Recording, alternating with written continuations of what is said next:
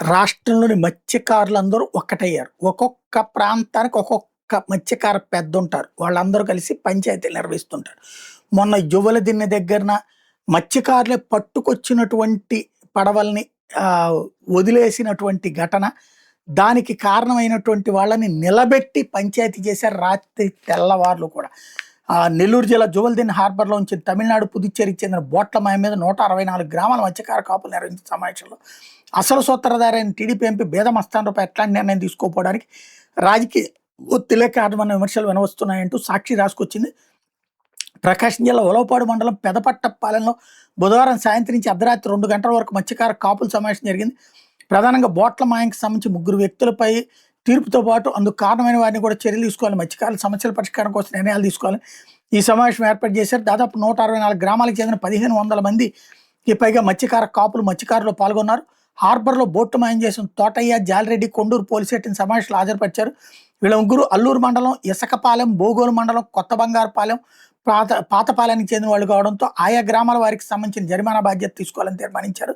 బోట్ల విషయంలో ప్రధానంగా జరిగిపోయిన చర్చలో తొలుత ముగ్గురు 2,40,00,000 జరిమానా కట్టాలని కాపులు తీర్మానించారు. తప్పు చేసిన వారు కాపుల కాళ్ళు పట్టుకోవడంతో పాటు ఒక్కొక్కరికి 5 లక్షల చొప్పున తగ్గించడంతో 2,25,00,000 చెల్లించాలని తీర్మానించారు. దీనికి వాళ్ళు కట్టుబడి కొంత నగదు చెల్లించారు. 5 రోజుల్లో మిగిలిన డబ్బులు జమ చేసేలా నిర్ణయించారు.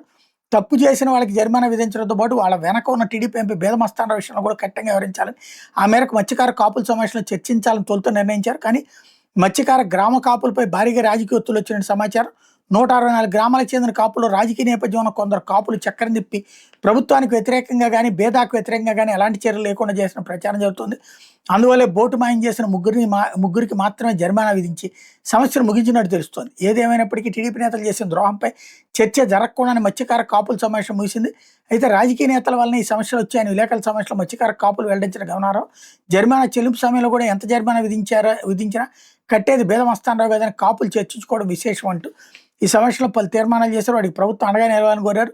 ప్రధానంగా తమిళనాడు, పుదుచ్చేరి హైస్పీడ్ బోట్లను ఆంధ్రప్రదేశ్ సముద్ర జలాలకు రాదని డిమాండ్ చేశారు. ఏపీఎంఎఫ్ఆర్ యాక్ట్ని ఆధునీకరించాలని, పట్టప్ కార్పొరేషన్ ఏర్పాటు చేయాలని, మెరైన్ పోలీసు సమీప పోర్టుల్లో మత్స్యకార యువతకు ప్రాధాన్యం ఇవ్వాలని కోరారు. తిరుపతి, నెల్లూరు, ప్రకాశం, బాపట్ల జిల్లాల కాపుల కూటమి తరపున ఈ నిర్ణయాలు తీసుకున్నారు.